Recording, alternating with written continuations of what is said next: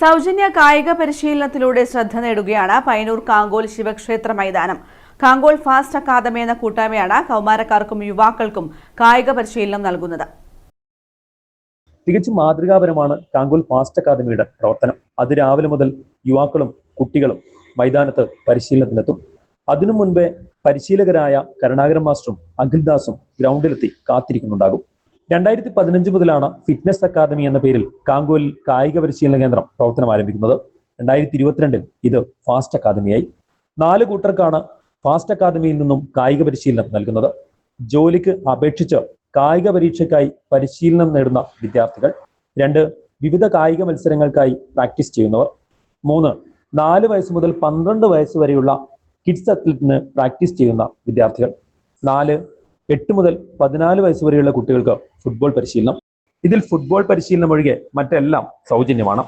കാങ്കോലിലെ ജനകീയ doctor K കുഞ്ഞിക്കണ്ണനും Karunakaran മാസ്റ്ററും അഖിൽദാസും എല്ലാമാണ് fast അക്കാദമിയുടെ മുൻനിരയിലുള്ളവർ.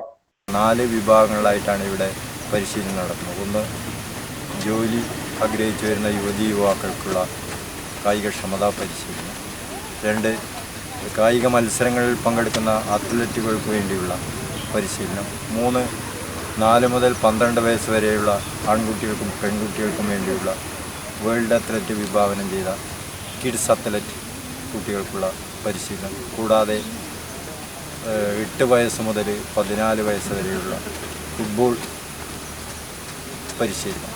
ഇതിൽ കിഡ്സ് അത്ലറ്റ് അതുപോലെ കായിക താരങ്ങൾക്കുള്ള സ്പോർട്സ് മത്സരങ്ങൾക്കുള്ള പരിശീലനം, യുവതി യുവാക്കൾക്കുള്ള പരിശീലനം, ഇത് തീർത്തും സൗജന്യമാണ്. കാങ്കോൽ ഫാസ്റ്റ് അക്കാദമിയുടെ ഏറ്റവും മൈൽ സ്റ്റോൺ എന്ന് പറയുന്ന ഒരു അച്ചീവ്മെൻറ്റ് നമ്മുടെ 1000-ലധികം യുവതി യുവാക്കളെ ജോലിയിൽ പ്രവേശിക്കാൻ കഴിഞ്ഞു എന്നതാണ്.